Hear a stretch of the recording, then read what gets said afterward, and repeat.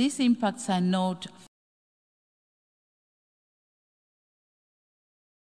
affected. It is therefore imperative that concerted efforts are undertaken to address this devastating situation.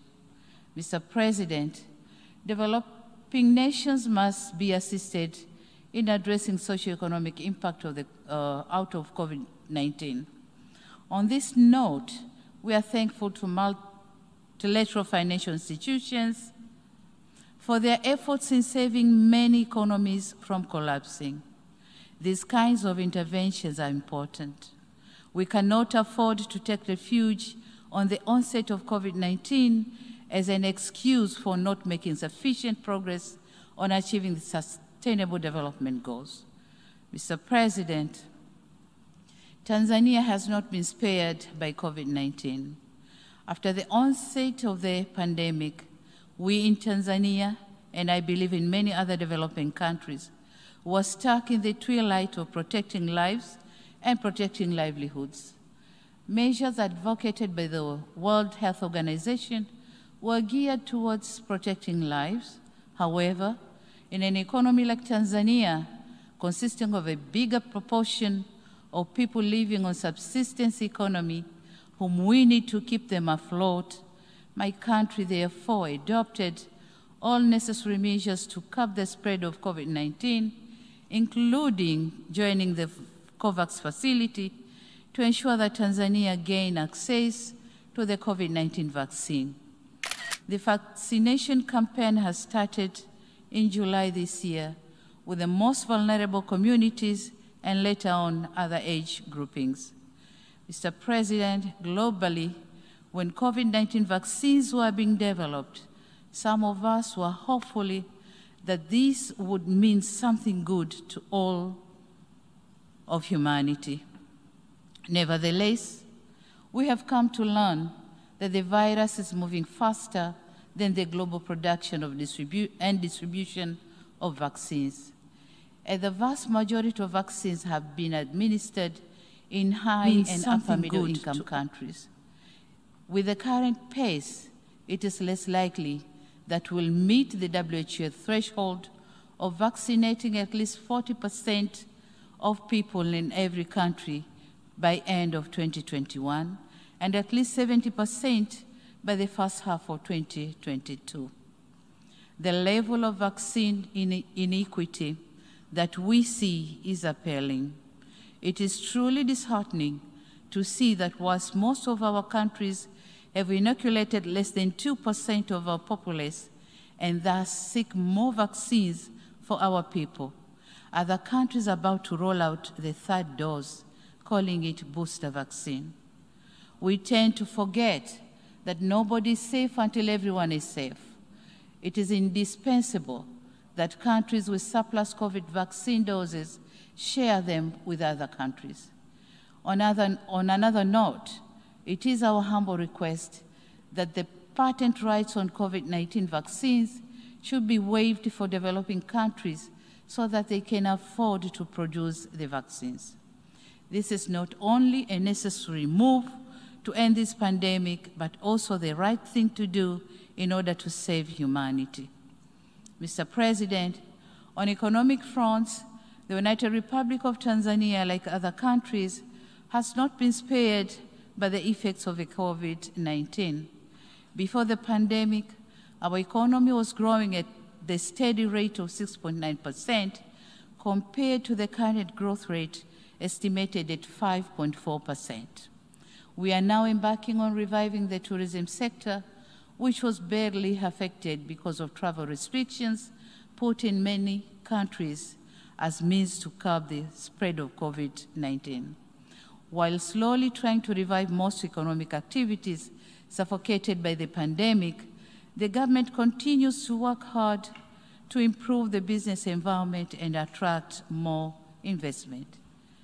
Aware of the nexus between economic growth and governance, we managed to maintain peace and political stability with a vibrant democracy and institutionalized good governance practices, upholding rule of law and human rights. Mr. President, I wish to take note of the Secretary General's report on our common agenda, which raises key issues of our common concern, such as gender equality, climate change, and youth development. On gender equality, COVID-19 is threatening to roll back the gains which we have made. As the first female president in the history of my country, the burden of expectation to deliver gender equality is heavier on my shoulders. It is for this reason that I commend the initiative by the UN Women, France and Mexico to organize the Generation Equality Forum that took place in Paris in June this year, whereby my country volunteered to champion for women's economic rights and justice. Aware that being passionate about gender equality is not sufficient, my government is reviewing policy and legal frameworks in order to come up with actionable and measurable plans to ensure economic empowerment of women, but also other aspects pertaining to gender equality and gender parity.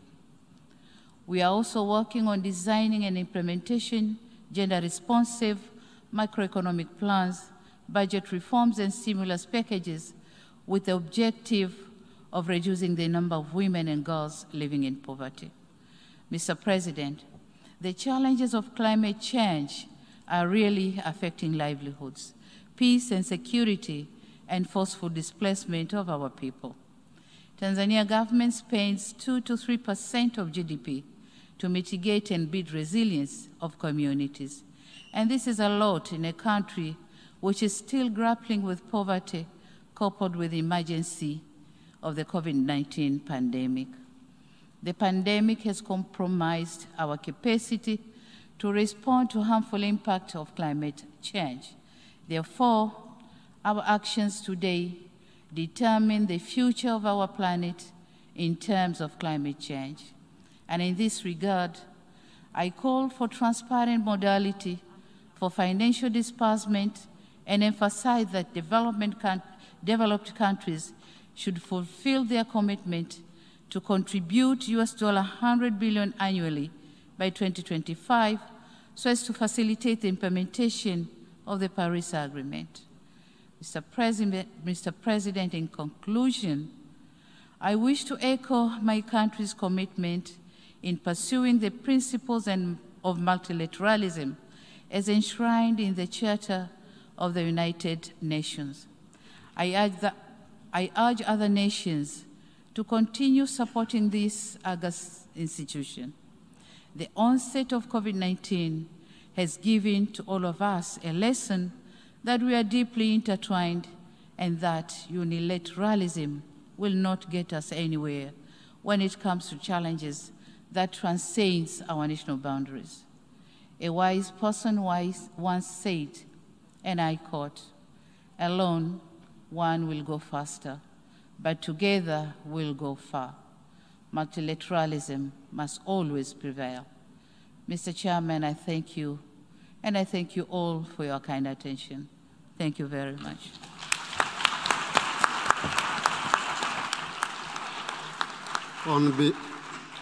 On behalf of the General Assembly, I wish to thank the President of the United Republic of Tanzania for the statement just made, and I request protocol to escort Her Excellency.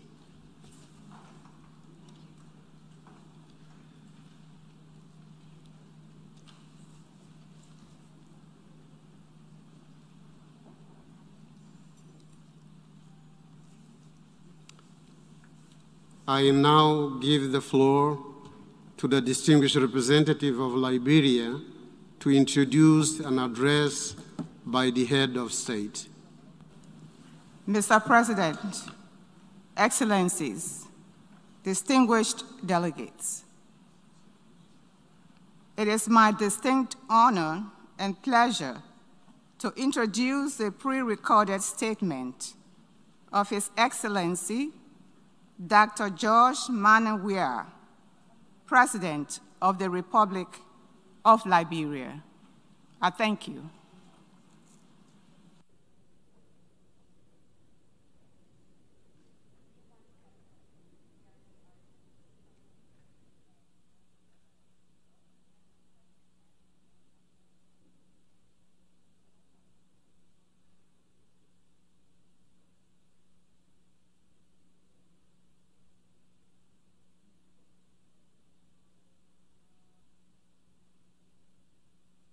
His Excellency Mr. Abdullah Shahid, President of the 76 sections of the United Nations General Assembly, His Excellency Mr. Antonio Guterres, Secretary General of the United Nations, Excellencies, Heads of State and Government, Ambassadors, Heads of Delegations, esteemed delegates,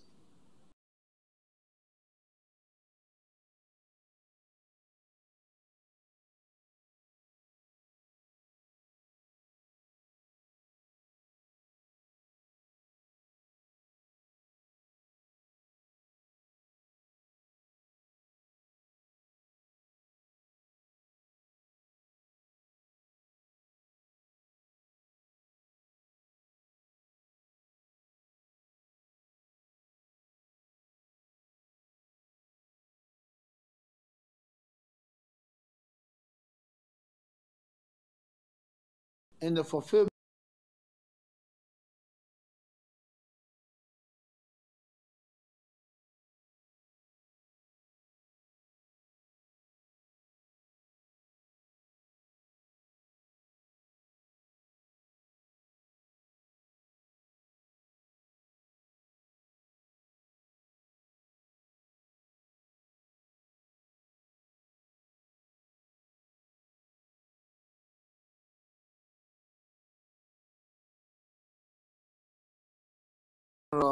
of the United Nations, which began on January 1st, 2022. Mr. Secretary General, I commend and thank you for your continuous diligence and commitment to the work of the United Nations and for ably steering its affairs, even in the face of unprecedented challenges. Excellencies, distinguished ladies and gentlemen, the negative social, economic impact and health consequences of the COVID-19 pandemic remind us of the measure of work that is required at the global and national level to combat this pestilence.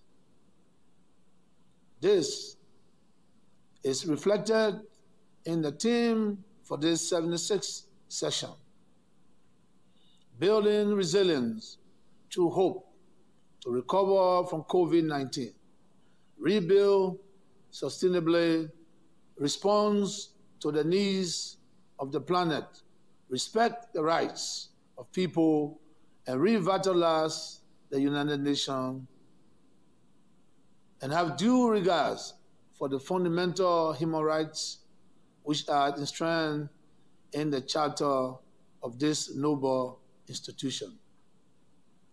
Meanwhile, it is important that we pay heartfelt tribute to the courageous and dedicated public health workers around the world for their continual selfless service in the fight against the COVID-19 pandemic.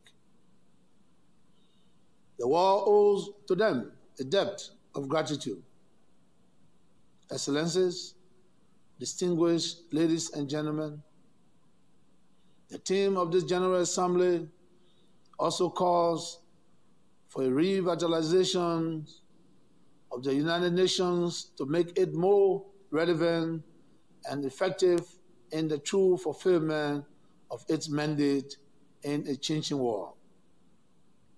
This is a task that has been recognized as an imperative priority by successive previous leaders and members of the organization in recent times.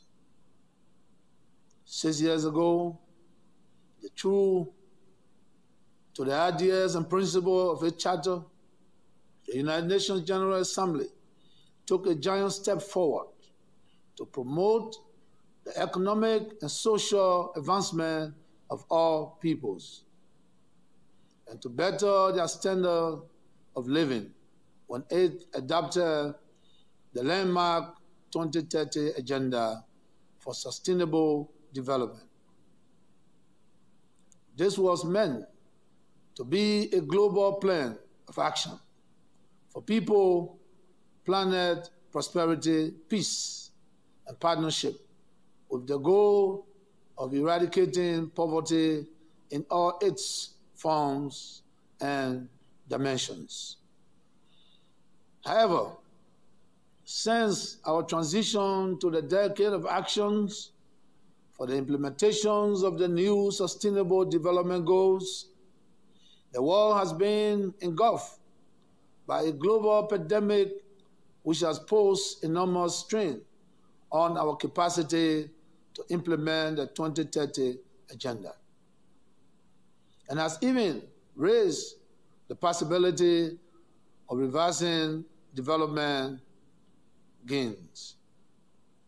In order to build resilience through hope, we must continue to emphasize the need for attention and support to vulnerable society and developing countries, particularly the least developed countries. Sustainable recovery from the pandemic must be based on the principle of inclusiveness and solidarity, and within the context of leaving no one behind. Addressing the particular needs of the least developed countries could significantly contribute to recovery. Support for the upcoming 5th Conference on the least developed countries to be held in Doha, Qatar in January 2022. And the new program of actions for the least developed countries for the coming decades will also provide the basis for sustainable recovery and the timely implementation of the Sustainable Development Goal. Mr. President, distinguished delegates, permit me, on behalf of the government and people of the Republic of Liberia, to extend deep appreciation to all our bilateral and multilateral development, regional, sub-regional, national, and local partners for their support in our fight against the COVID-19 pandemic and the assistance they continue to provide in our quest towards recovery. In response